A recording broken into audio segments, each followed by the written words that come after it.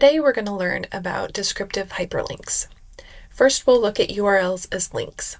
We want to avoid this at all costs, as there are only small exceptions to not using URLs as links.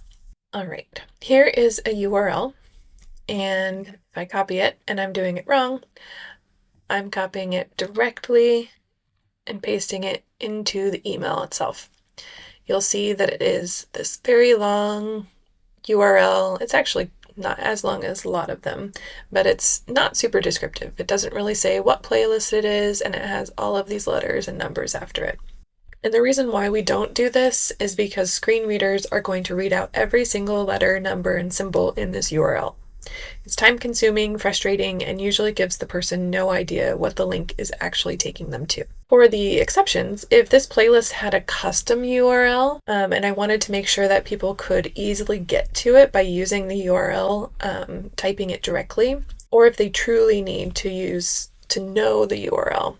A good example of needing to know the URL is Green River's Canvas URL, which is egator.greenriver.edu. If this playlist had a custom URL, I could use it. It would look something like this.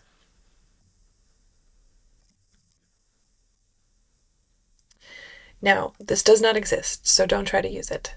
But this gives a lot more information. It doesn't have any extra content on it.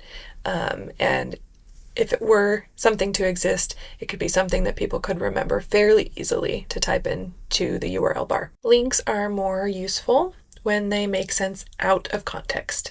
So don't use things like click here or more or learn more here. Screen readers give the ability to get a list of links on a page, and if all of them say click here or read more, it gives them no information about which link is what.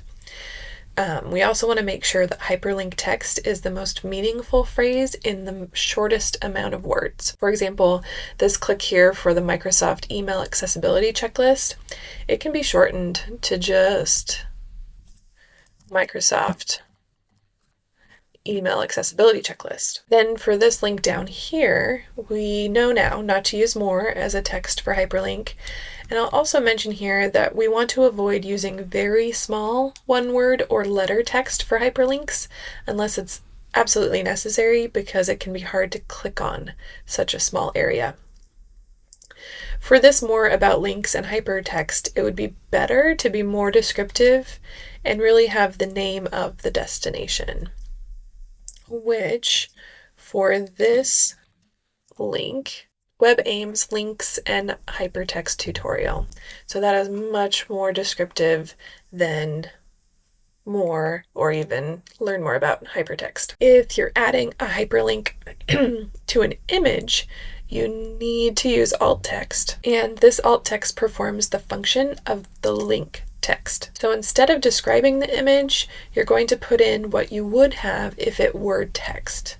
So for this image, I'm going to click on it, then go up to picture format, find the alt text, and then because this is this list in Accessibility Nuggets YouTube playlist.